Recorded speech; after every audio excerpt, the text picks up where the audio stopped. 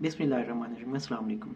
आज एक स्टूडेंट ने अपना कैलकुलेटर मुझे दिया और मुझे रिक्वेस्ट की कि इस कैलकुलेटर के ऊपर इक्वेशंस का सलूशन मुझे सिखाएं। तो मैंने सोचा क्यों ना वीडियो बना लें और सब लोग इसको सीख लें। तो हम स्टार्ट करते हैं। सबसे पहले हमारे पास एक कैलकुलेटर है जो आप सबके पास होगा, साइंटिफिक कैलकुलेटर है कैसियो का। इसको हम ऑन करते हैं। बाय डिफ़ॉल्ट ये हमारे पास इस मोड के अंदर ऑन हो जाता है। इसको आपने इसका मोड सेलेक्ट करना है सबसे पहले। तो यहाँ पर आप देखें, ये हमारे पास मोड का ऑप्शन है। इस मोड के ऑप्शन के ऊपर आप क्लिक करेंगे तो आपके पास ऑप्शन नंबर 5 इक्वेशन का ऑप्शन है।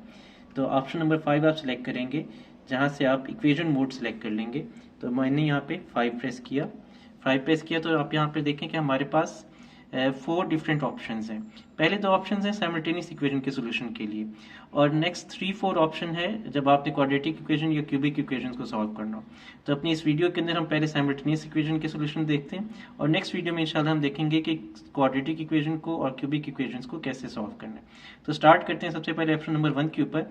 आप देखें ऑप्शन नंबर 1 के ऊपर यहाँ पे an(x + bny = cn है। ये एक इक्वेशन शो कर रहा है जिसके अंदर आपके पास 2 अननोन हैं, x और y, जबकि an, bn और cn इसके कोएफिशिएंट्स हैं। तो ये ऑप्शन नंबर 1 साइमल्टेनियस इक्वेशन के सॉल्यूशन की तरफ लेके जाएगा हमें, जिसमें हमारे पास 2 अननोन्स होंगे और 2 साइमल्टेनियस इक्वेशंस होंगी। उसके बाद हम ऑप्शन नंबर 2 देखेंगे, जिसमें हमारे पास an(x + bny + cnz = dn लिखा हुआ है। यहाँ पे आप देखें x, y और z 3 अननोन्स है आपके पास, तो 3 ही साइमल्टेनियस इक्वेशंस होंगी। तो अपनी इस वीडियो के अंदर हम ऑप्शन नंबर 1 और ऑप्शन नंबर 2 को देखेंगे। तो सबसे पहले स्टार्ट करते हैं ऑप्शन नंबर 1 के ऊपर। तो मैं ऑप्शन नंबर 1 यहाँ प्रेस करता हूँ। तो देखिए हमारे पास इस तरीके से ये ओपन हो जाता है। यहाँ पे आप देखें कि आपके पास टॉप के ऊपर ABC लिखा हुआ है। A क्या है? x का कोफिशिएंट, B क्या है? y का कोफिशिएंट, C क्या है? Constant term. तो यहाँ पर लेफ्ट के ऊपर आप देखें रो वाइज 1 और 2 लिखा हुआ है।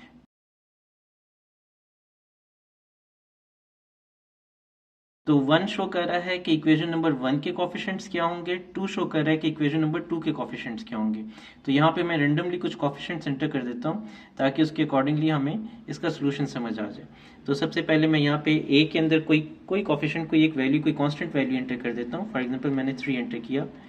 फिर b की वैल्यू एंटर की, फॉर एग्जांपल मैंने यहाँ पे 5 एंटर कर दी। और फिर यहाँ पे कांस्टेंट टर्म, फॉर एग्जांपल मैंने 4 एंटर कर दिया। तो ये मैंने अपनी पहली इक्वेशन एंटर कर दी। a क्या था 3, b क्या था 5 और c क्या था 4, यानी कि ये इक्वेशन होगी ax + by = 4।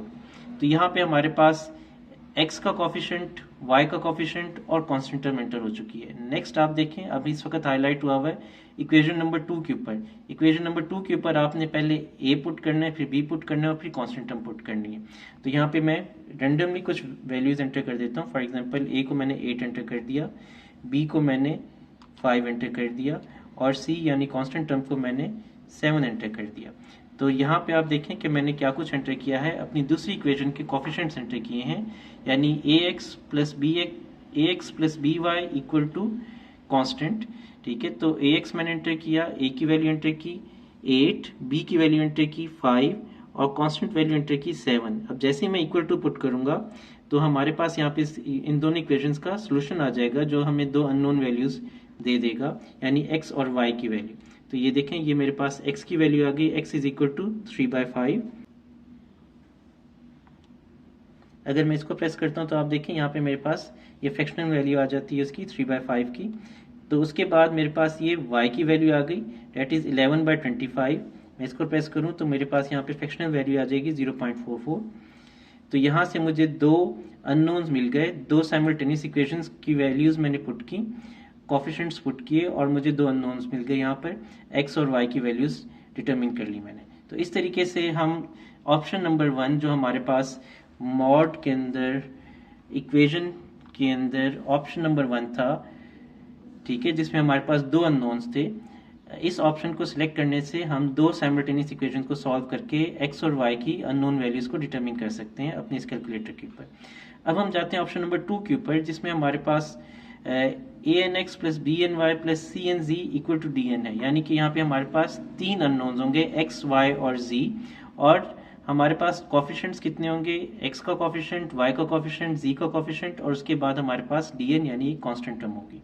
तो हम स्टार्ट करते हैं, ऑप्शन नंबर 2 सेलेक्ट करते हैं। यहाँ पर देखें हमारे पास मिलता जुलता एक सेटअप शो हो रहा है, जिसके अंदर टॉप पर देखें ए बी सी 3 कोफिशिएंट्स हैं, और उसके बाद लेफ्ट साइड के ऊपर देखें 1 2 और 3 3 इक्वेशंस हैं हमारे पास।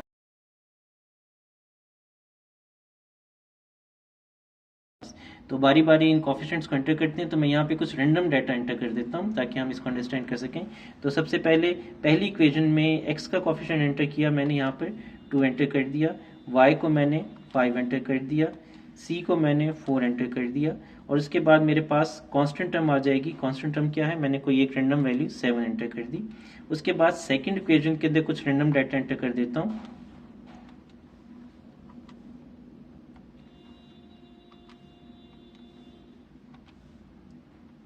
और उसके बाद थर्ड इक्वेशन के अंदर कुछ रैंडम डाटा एंटर कर देता हूँ, 7 4 3 1।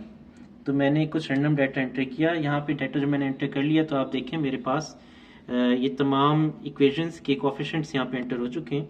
तो यहाँ पर देखें सबसे पहले x का कोफिशिएंट, y का कोफिशिएंट, अगर मैं इसको लेफ्ट करूँ तो ये मेरे पास देखें x के तमाम कोफिशिएंट्स आ गए, a की तमाम वैल्यूज़ आ गई, उसके बाद y के कोफिशिएंट्स आ गए, और फिर z के कोफिशिएंट्स आ गए, और फिर ये राइट मोस्ट पोजीशन पे मेरे पास कांस्टेंट टर्म्स आ गई। तो ये तमाम डाटा मेरे पास शो हो रहा है। यहाँ पर मैं इसको चेक भी कर सकता हूँ। अब जब मैंने सारा डाटा एंटर कर दिया, तो मैं इक्वल टू एंटर करूँगा, इक्वल टू प्रेस करूँगा, तो मेरे पास तीनों अननोन वेरिएबल्स का डाटा यहाँ पे शो हो जाएगा। तो मैंने इक्वल टू प्रेस किया, ये देखें, तो सबसे पहले x की वैल्यू आ गई हमारे पास -13/21। इस बटन को प्रेस करने से मेरे पास ये फ्रैक्शनल वैल्यू आ सकती है। उसके बाद दोबारा इक्वल टू प्रेस करें तो मेरे पास y की वैल्यू आ जाएगी -71/21। इस बटन से मेरे पास फ्रैक्शनल वैल्यू आ गई, और फिर दोबारा इक्वल टू प्रेस करने से z की वैल्यू आ गई, डेट इज़ 44/7, और इस बटन से 6.2857 आ गया। तो इस तरीके से मैंने 3 साइमल्टेनियस इक्वेशंस को अपने इस कैलकुलेटर में एंटर किया, और मेरे पास तीनों इक्वेशंस के अकॉर्डिंगली 3 वेरिएबल्स की अननोन वैल्यूज़ आ गई। Thank you very much for watching this video. इंशाल्लाह नेक्स्ट वीडियो में मैं आपको बताऊंगा कि हम क्वाड्रेटिक इक्वेशन और क्यूबिक इक्वेशंस को अपने इस कैलकुलेटर पे कैसे सॉल्व करते हैं।